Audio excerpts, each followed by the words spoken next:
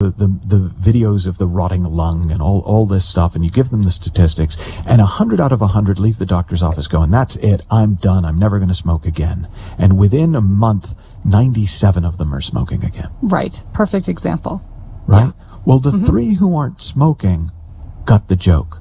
They got the direct experience. Yeah, they saw it for themselves. Yes. The 97 who are working really hard and struggling to change or have given up altogether are the ones who got the idea, but they didn't get the joke.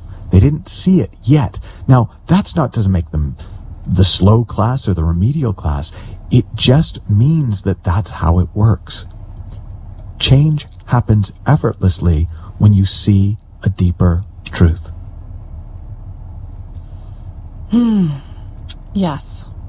Change happens effortlessly when you see a deeper truth. And if you try to change without the insight, it will always be hard. Not that it can't be done. We have amazing willpower. But it will always require our will, and it exhausts us, and it becomes a big project, and we're less inclined to take on the next one. Whereas when you see how effortless it can be, that I will simply, at some point, if I keep looking towards truth, I will see truth. And when I see truth, my life will change. Then it gets very exciting to look at truth. Because it takes no work at all.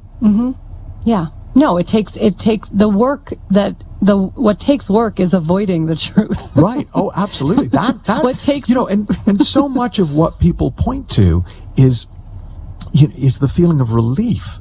So a lot of what we think, oh my God, this personal development technique worked great for me. We built up the problem really big in our mind, and then through the ritual or the technique, we stopped thinking about it, and we felt such a sense of relief. But again, it wasn't the technique, it was the moment where we stopped thinking about it.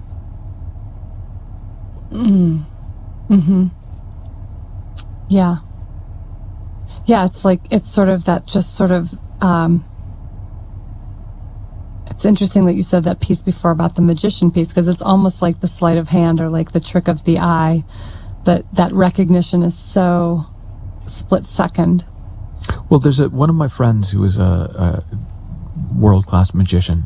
He said that the trick to magic, it is not the hand moving faster than the eye can see.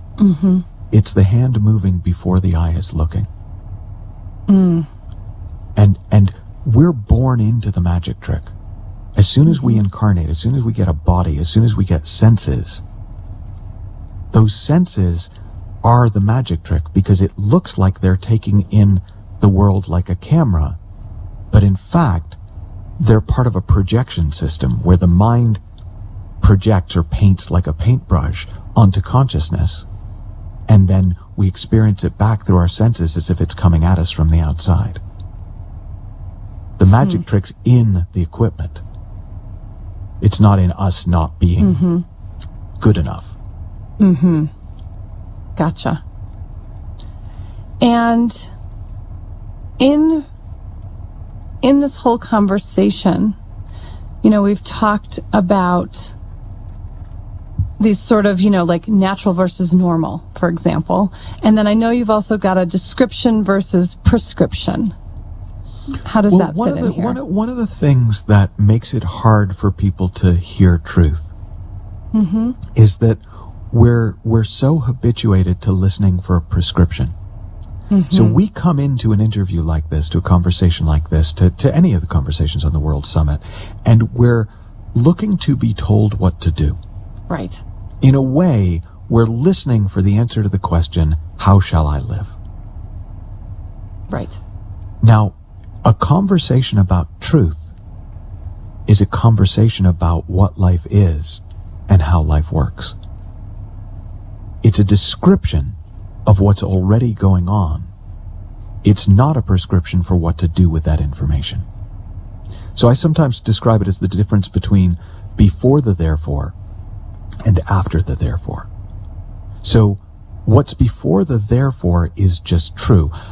I think that's just true. Therefore, I am. Well, yeah, that's only one of the interpretations.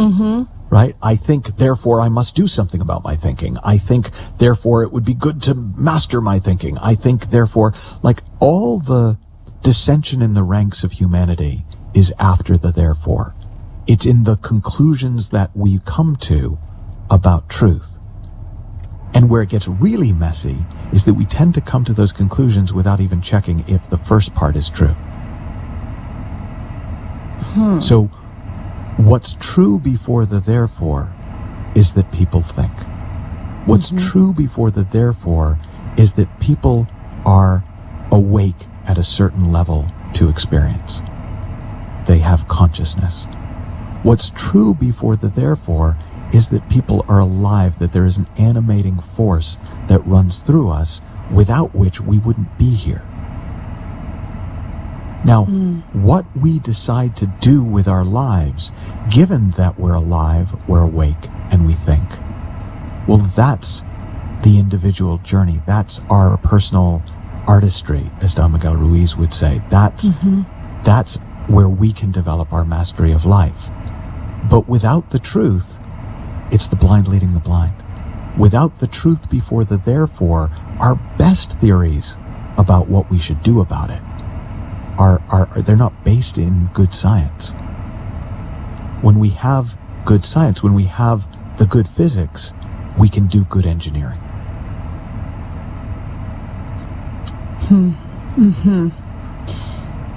And then I've heard you refer to the three principles. How do they come in here? Well, actually, we just did them, right? You just didn't name them. I just didn't name them because they're not... The problem with naming them first is then they sound like things that I've got to learn. Okay, gotcha. They're pre-existing forces that we name to talk about. So this pre-existing aliveness, this animating force, this intelligence behind life that turns acorns into oak trees, we call that the principle of mind, like a universal mind, a divine mind that's informing and enlivening all of life. That capacity that wakes us up and that allows us to know and experience, we call that the principle of consciousness because it's a fundamental force, it's a fundamental presence that every human being is a part of. And this capacity to create, to live in a world of thought, that's the principle of thought, not the individual thoughts that we might be thinking with the principle, right? But it's the capacity to create something from nothing. So thought is the missing link between the infinite intelligence and energy of life and the form of the world that we live in. And so it's funny, I hesitate even asking you this question, but I'm going to anyway. I'm trembling in fear, just so you know. Of course, absolutely I know you terrified. Yeah. I'm going to go grab a drink. I'll be back in a minute.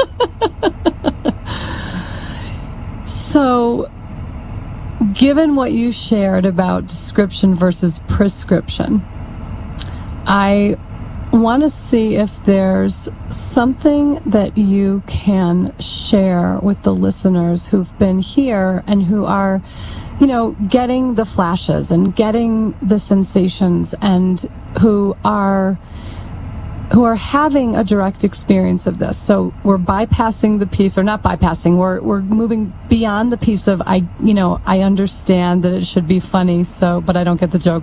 I'm talking about the people who are getting the joke. Yeah. Well, okay. So in other words, you're about to ask me what's the prescription, Mr.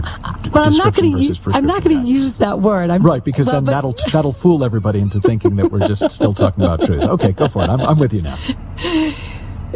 I would say, what is the first, what's a way actually into, because it's almost like going through a portal, it feels like to me. Yeah, it is. It's waking up from the matrix. Yeah, it's all of that stuff. That's what those are metaphors for. Yeah. That's what spiritual awakening is a metaphor for. Yeah. So I'm going to actually, give you the prescription. Thank you, Michael. look for truth. Mm-hmm. Look for impersonal truth, universal truth. Mm-hmm. Not in a book.